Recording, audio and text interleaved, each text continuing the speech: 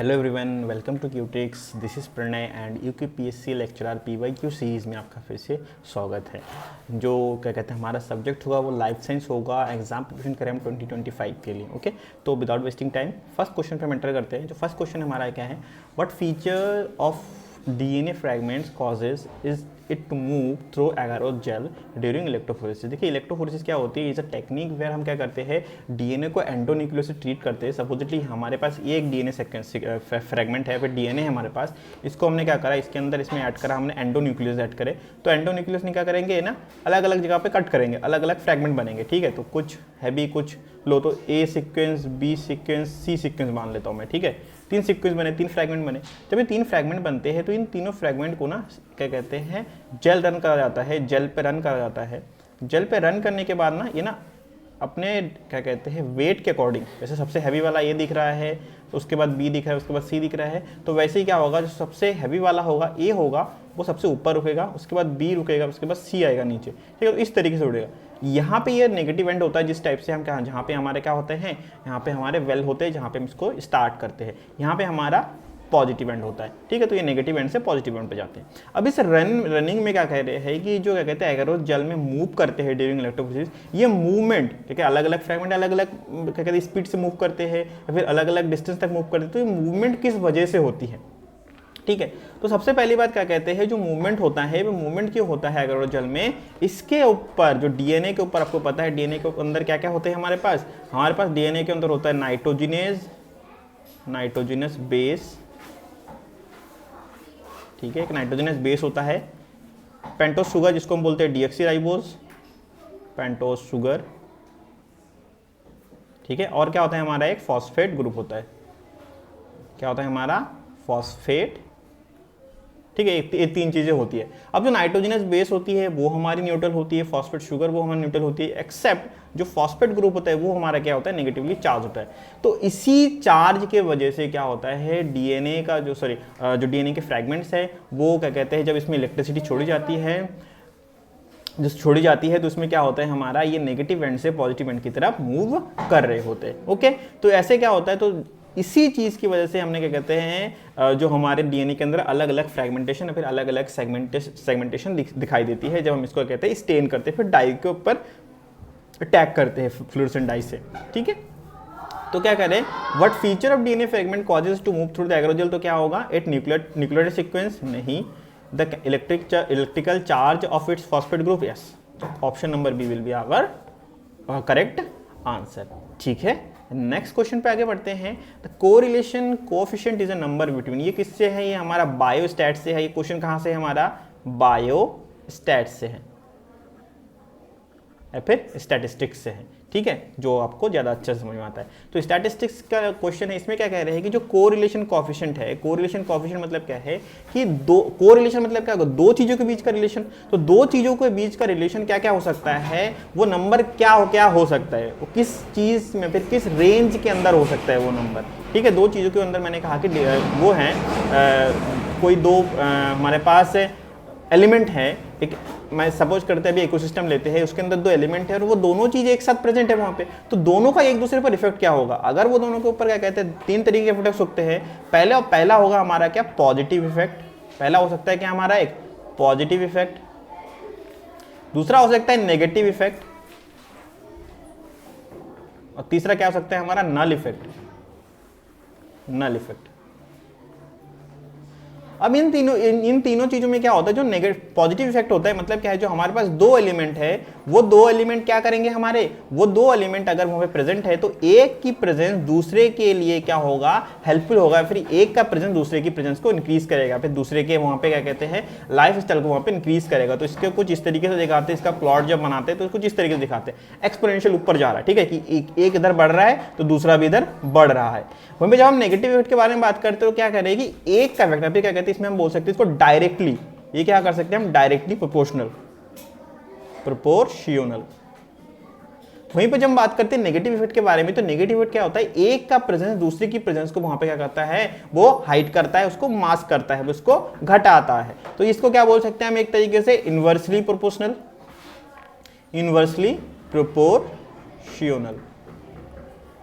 ठीक, इसको क्या बोल सकते हैं हम, इनवर्सली प्रोपोर्शनल। अब इसमें कैसा होगा, सिंपल टर्म में इसको मैं ग्राफ के अकॉर्डिंग समझाऊं तो इसमें क्या हो सकता है, ग्राफ हमारा इसमें क्या होगा, एक का प्रेजेंस दूसरे के लिए हानिकारक है। तो यहाँ पे हमारा एक एलिमेंट है, यहाँ पे हमारा दूसरा एलिमेंट है, तो क्या कहते हैं, देखिए ये वाला जब बढ़ रहा है तो ये वाला तब घट रहा है। तो इसीलिए हम क्या बोलेंगे कि एक का प्रेजेंस दूसरे की प्रेजेंस को मास्क करता है, फिर उसको डिक्रीज करवाता है। तो ये वाला क्या हुआ हमारा नेगेटिव इफेक्ट।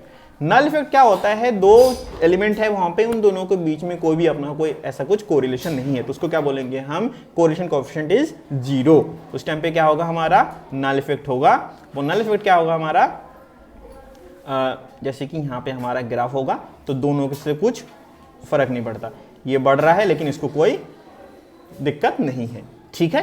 तो ये अपना जैसे स्टेबल है उसी स्टेबिलिटी में रह गया, ठीक है। तो इस चीज को करेंगे तो सबसे पहले जब क्या कहते हैं पॉजिटिव इफेक्ट होगा तो उसका हाईएस्ट नंबर क्या हो सकता है, +1। नेगेटिव इफेक्ट का हाईएस्ट नंबर क्या हो सकता है, -1।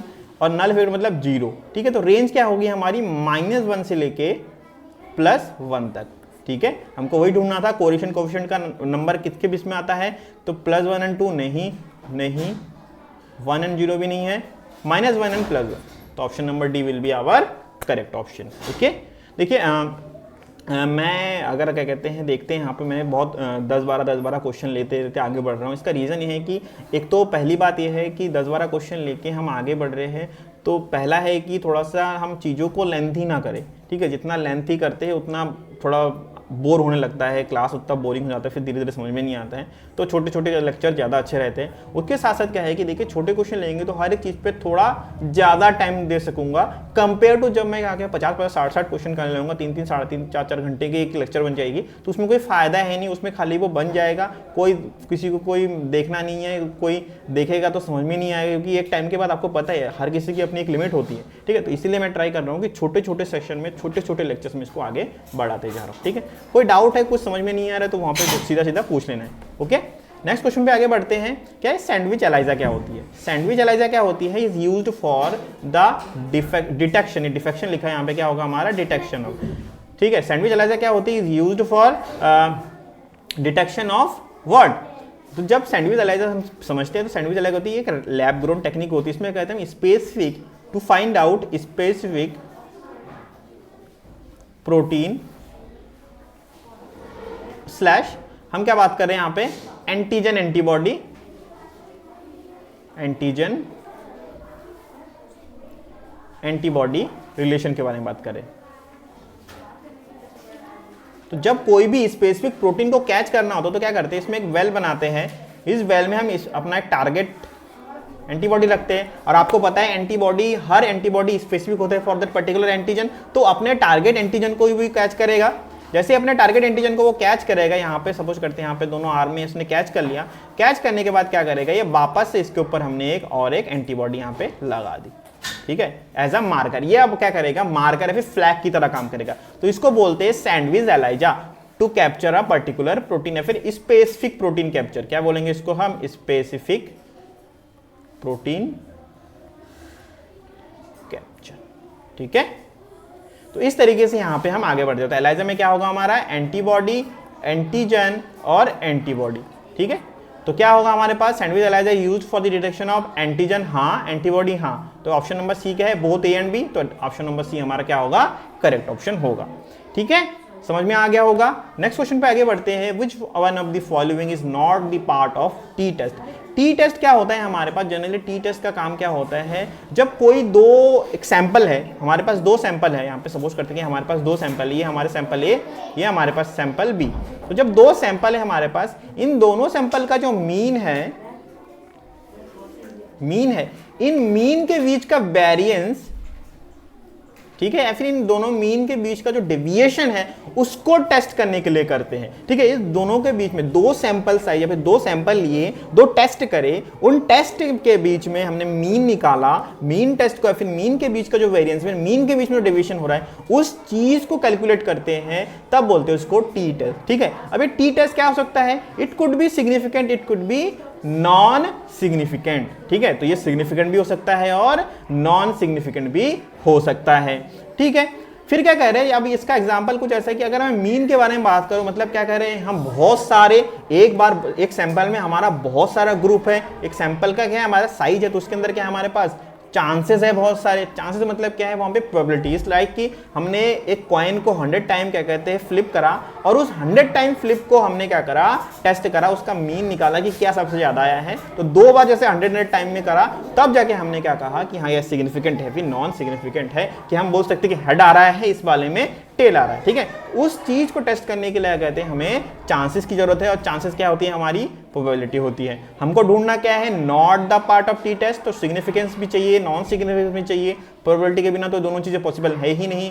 एक नॉन सिग्निफिकेंस मतलब टी टेस्ट का पार्ट क्या नहीं होता है हमारे पास, मोड नहीं होता है। टी टेस्ट का पार्ट क्या होता है, मीन होता है। यहाँ पे मीन होता तो वो भी इसका पार्ट हो रहा होता। ओके, नेक्स्ट क्वेश्चन पे आगे बढ़ते हैं।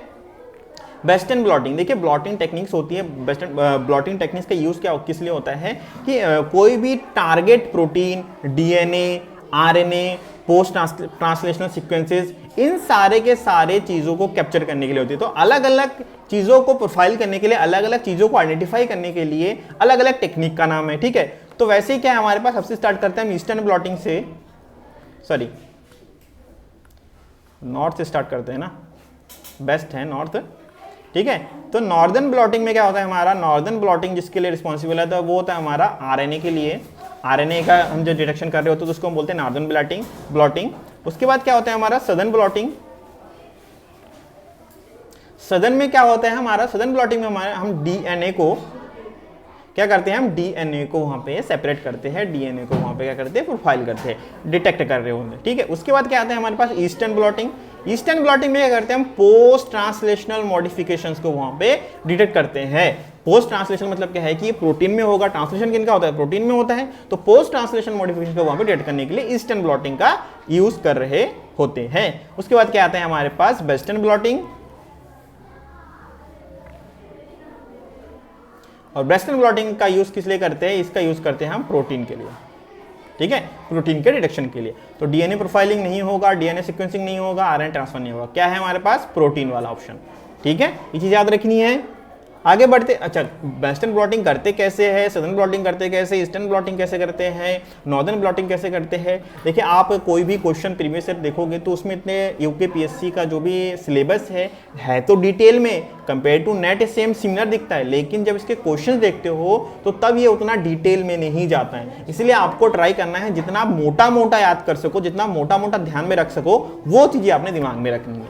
ठीक है, नेक्स्ट क्वेश्चन पे आगे बढ़ते हैं कि प्रेजेंस ऑफ एनुलर डायफ्राम। देखिए एनुलर डायफ्राम होता क्या, उसका काम क्या होता है, ये क्या करता है, जो डायरेक्ट लाइट होती है ना, डायरेक्ट लाइट को, एनुलर डायफ्राम का काम क्या होता है, separates direct light from diffracted या फिर refracted light, refracted light. Diffracted में कौन सा वाला बोल रहा था, ये वाला डिफ। ठीक है, तो ये डायरेक्ट लाइट को रिफ्रैक्टेड लाइट, डिफ्रैक्टेड लाइट से सेपरेट करता है। एनुलर डायफ्राम का काम यही होता है ताकि इमेज बनने में, इमेज वहां पे बन सके। ठीक है, अब ये कहां पे होता है, क्या बोल रहे हैं, कंपाउंड माइक्रोस्कोप में कोई भी एनुलर डायफ्राम नहीं होता है। सबसे सिंपल फॉर्म ऑफ माइक्रोस्कोप क्या है हमारे पास, कंपाउंड माइक्रोस्कोप है। उसके बाद क्या कहते हैं हमारा फेज कॉन्ट्रास्ट माइक्रोस्कोपी में यूज होता है हमारा क्या, एनुलर डायफ्राम। ठीक है, ये एक सर्कुलर, एक ऐसा होता है ना, एक सर्कुलर थिन टाइप की प्लेट होती है। ठीक है, जो लगी होती है। ठीक है, ये ऊपर यहाँ पे हमारे पास क्या है, स्पेसिमेन है। ठीक है, यहाँ पे स्पेसिमेन है, यहाँ पे एनुलर रिंग होती है, यहाँ पे लाइट सोर्स होगा। ठीक है, उसके ऊपर मैग्निफिकेशन लेंस होगा, उसके ऊपर इमेज सेंसर बना होगा। ठीक है, तो इस तरीके से बना होता है हमारे पास फेस कॉन्ट्रास्ट माइक्रोस्कोपी। ठीक, फ्लोरेसेंट माइक्रोस्कोप का भी यूज नहीं होता है। फ्लोरेसेंट माइक्रोस्कोपी तो क्या कहते हैं, डायरेक्ट लाइट को रीड करने के लिए ही बना होता है। ठीक है, और इलेक्ट्रॉन माइक्रोस्कोप का काम क्या होता है, वहाँ पे इलेक्ट्रॉन की बम्बार्टमेंट करी जाती है, तो इसमें तो लाइट का कोई यूज ही नहीं है। ठीक है, तो फेस कॉन्ट्रास्ट माइक्रोस्कोप का काम, सॉरी फेस कॉन्ट्रास्ट माइक्रोस्कोप में क्या होता है हमारा, एनुलर डायफ्राम होता है, और जिसका यूज क्या होता है, separation of direct light from the diffracted light. Okay, आगे बढ़ते हैं नेक्स्ट क्वेश्चन की तरफ। Following microscope is used to study living cells. अभी हम पढ़ रहे थे फेस कॉन्ट्रास्ट माइक्रोस्कोपी, इसका आंसर क्या होगा हमारा, फेस कॉन्ट्रास्ट माइक्रोस्कोपी। अब दिमाग में क्वेश्चन आना चाहिए कि जो बाकी जो ऑप्शन है उनको हमने छोड़ कैसे दिया। तो देखिए जो कनफोकल माइक्रोस्कोप है ये यूज करता है लेजर। ठीक है, ये लेजर बीम्स का यूज करता है। तो पहली बात क्या है कि अगर लेजर बीम का यूज कर रहे हैं तो इसमें क्या चाहिए हमको, थिन चाहिए मटेरियल। जो थिन चाहिए कि हमारा जो मटेरियल होगा वो क्या होना चाहिए, हमारा थिन होना चाहिए। सेकंड चीज क्या है कि जो लेजर बीम होती है ये क्या कर सकते हैं, लिविंग सेल को डिस्ट्रॉय कर सकता है, लिविंग सेल को वहां पे क्या कर सकता है, उसको किल कर सकता है, उसके लिए लीथल हो सकता है। That is why we avoid confocal microscope in the study of living cells. Okay, तो कन्फोकल माइक्रोस्कोप क्यों नहीं होगा समझ में आएगा। अब ट्रांसमिशन इलेक्ट्रॉन माइक्रोस्कोप और क्या कहते हैं, इसको बोलते हैं सैम और इसको बोलते हैं टैम। ठीक है, दोनों के दोनों क्या है हमारे पास, ईएम है, इलेक्ट्रॉन माइक्रोस्कोपी है। इलेक्ट्रॉन माइक्रोस्कोपी में क्या होता है हमारे पास, उसके ऊपर इलेक्ट्रॉन्स का बम्बार्टमेंट करी जाती है। स्कैनिंग में सरफेस देखा जाता है, ट्रांसमिशन में क्या होता है, पास थ्रू करा जाता है। तो दोनों के दोनों केस में क्या होता है, इलेक्ट्रॉन माइक्रोस्कोपी होता है। इलेक्ट्रॉन माइक्रोस्कोपी में क्या होता है, इलेक्ट्रॉन बम्बार्टमेंट होती है। और इलेक्ट्रॉन बॉम्बार्डमेंट क्या कर सकता है, ये सेल के स्ट्रक्चर को डिस्टर्ब कर सकता है। That is why we avoid electron microscope in the study of living cells. Okay, इसीलिए हमारा सबसे करेक्ट ऑप्शन क्या है, हमारा phase contrast microscopy. Okay, next question पे आगे हैं। नेक्स्ट क्वेश्चन हमारा क्या है कि data can be quickly generated with random amplified polymorphic DNA than RFLP. RAPD और आरएफएलपी में डिफरेंस क्या है, सिंपल टर्म में ये बात करते हैं। ठीक है, देखिए आरएपीडी क्या होता है, जब हम बात करते हैं यहाँ पे आरएपीडी और यहाँ पे क्या है हमारे पास आरएफएलपी। तो आरएपीडी क्या होता है, सबसे पहली बात तो क्या कहते हैं, रैंडम होते हैं बिल्कुल। ठीक है, और ये छोटे छोटे सीक्वेंस होते हैं। सबसे पहले क्या होता है, ये रैंडम होते हैं, रैंडम प्राइमर का यूज करा जाता है। इसमें क्या होता है, स्पेसिफिक काम किया जाता है। ठीक है, अब स्पेसिफिक काम होता है तो इसका मतलब अब इसका क्या होता है, स्पीड जो होता है कंपेयर टू आरएफएलपी ज्यादा होती है। स्पीड क्या होती है, हाई होती है। इसमें स्पीड क्या होती है, कंपेयर टू आरएपीडी लो होती है। लेकिन ये क्या होता है, लेस एक्यूरेट होता है। ठीक है, और ये क्या होता है हमारा हाईली एक्यूरेट, हाईली एक्यूरेट। फिर हाईली एक्यूरेट बोल सकते हैं इसको, लेस एक्यूरेट ना बोल के इसको क्या बोल सकते हैं हम, इसको बोल सकते हैं लेस एक्यूरेट। टर्म उतना अच्छा नहीं है इसके लिए टर्म कौन सा अच्छा है, इसके लिए अच्छा है रैंडम पॉलीमराइजेशन। रैंडम पॉलीमराइजेशन, ठीक है।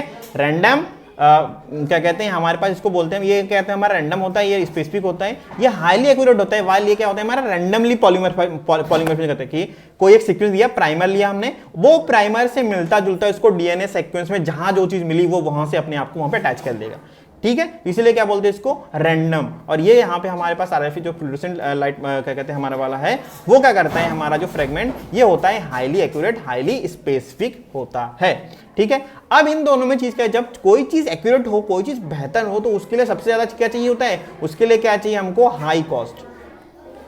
इसके लिए हाई कॉस्ट चाहिए एंड टाइम, कि इसके सैंपल के प्रिपरेशन में टाइम चाहिए होती है। ठीक है, वहीं पे जो रैंडम वाला है इसमें कहते हैं लो मेंटेनेंस से आता है। ये क्या आता है हमारा, लो मेंटेनेंस। ठीक है, अब ऑप्शन पढ़ लेते हैं। सबसे पहला क्या है कि molecular markers of RAPD are efficient compare to RFLP. RAPD are efficient है, क्योंकि पहली बात तो क्या कहते हैं, ये लो डीएनए क्वांटिटी पे काम करता है, जबकि इसके लिए क्या चाहिए, हाई डीएनए क्वांटिटी। ठीक है, इसके लिए ज्यादा क्वांटिटी चाहिए आरएफएलपी के लिए, वहीं पे आरएपीडी के लिए लो डीएनए क्वांटिटी। आई गेस ये वाला कोना आपको दिख नहीं रहा होगा। ठीक है, कोई बात नहीं, बता दे रहा हूं आपको, क्या कहते हैं इसके लिए हाई डीएनए क्वांटिटी चाहिए। ठीक है, तो आरएपीडी का काम क्या होता है, सॉरी आरएपीडी आरएफएलपी से डिफरेंस क्या होता है कि molecular markers of RAPD are efficient. Obvious सी बात है, क्यों, क्योंकि लो मेंटेनेंस होता है, कॉस्ट इफेक्टिव होता है। हम अपनी मर्जी से क्या कहते हैं इसमें प्राइमर जोड़ देते हैं और ये उसके बाद क्या कहते हैं अपने जितने भी क्या कहते हैं कॉम्प्लीमेंट्री सीक्वेंस है वहां पर जाके अपने आप को अटैच करके उसको पॉलीमराइज क्या कहते हैं उसको पॉलीमराइज करना स्टार्ट कर देता है। ठीक है, तो इसलिए क्या होता है हमारा ये, yes it is more efficient. ठीक है, next question, next option number B क्या कह रहे हैं कि fewer steps are involved in RAPD analysis। ठीक है, fewer steps are involved in RAPD analysis। हाँ, ये कहीं ना कहीं ये सही है। ठीक है, कहीं ना कहीं ये सही है, बट स्टेप्स के बारे में जब भी बात करते हैं दोनों में ऑलमोस्ट सिमिलर चीजें चाहिए होती हैं। बस क्या है कि इसके अंदर जो मटेरियल का फिर इसके अंदर जो कहते हैं हम जो बेस है उसको बनाने में थोड़ा टाइम लगता है, अदरवाइज दोनों सिमिलर ही है। ठीक है, तो इसको नहीं बोल सकते हम DNA digestion is faster in RAPD, नहीं। ठीक है, डाइजेशन की बात ही नहीं आती इसमें कहीं पे। ठीक है, नन ऑफ द अबव तो हो ही नहीं सकता। तो एक्चुअल ऑप्शन क्या होगा हमारा, molecular markers of RAPD are efficient. ठीक है, तो option number A will be our correct option. Next question पे आगे बढ़ते हैं कि hybridoma is a cell formed by fusion. अच्छा, हाइब्रिडोमा होता क्या है, हाइब्रिडोमा होता है मोनोक्लोनल एंटीबॉडीज। ये क्या होती है हमारी मैब्स। इसको क्या बोलते हैं, मैप्स। मोनोक्लोनल एंटीबॉडीज का काम क्या होता है, हम क्या करते हैं, immune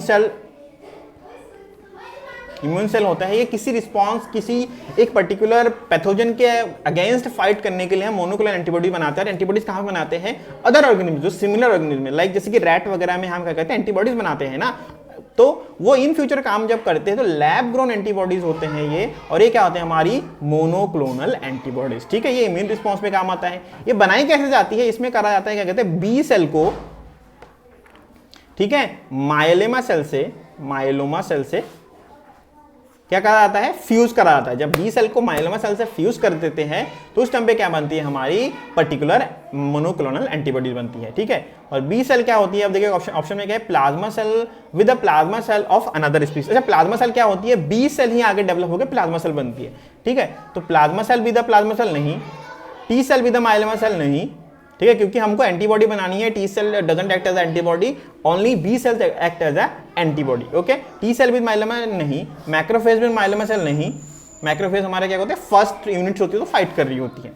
plasma cell with myeloma cells, हाँ, प्लाज्मा सेल को क्या बोलते हैं हम, बी सेल बोल रहे होते हैं, और सॉरी बी सेल ही डेवलप होकर प्लाज्मा सेल बन रही होती है, और वही जब माइलोमा सेल के साथ फ्यूज होती है तो उसी के बाद वो क्या बनाती है, हमारी मैप्स बनाती है। मैप्स मतलब क्या है, मोनोक्लोनल एंटीबॉडी। देखिए मैंने बहुत सारे स्टेप्स बीच के छोड़ रखे हैं, क्यों, क्योंकि जितनी जल्दी इसको कंप्लीट कर सकते हैं।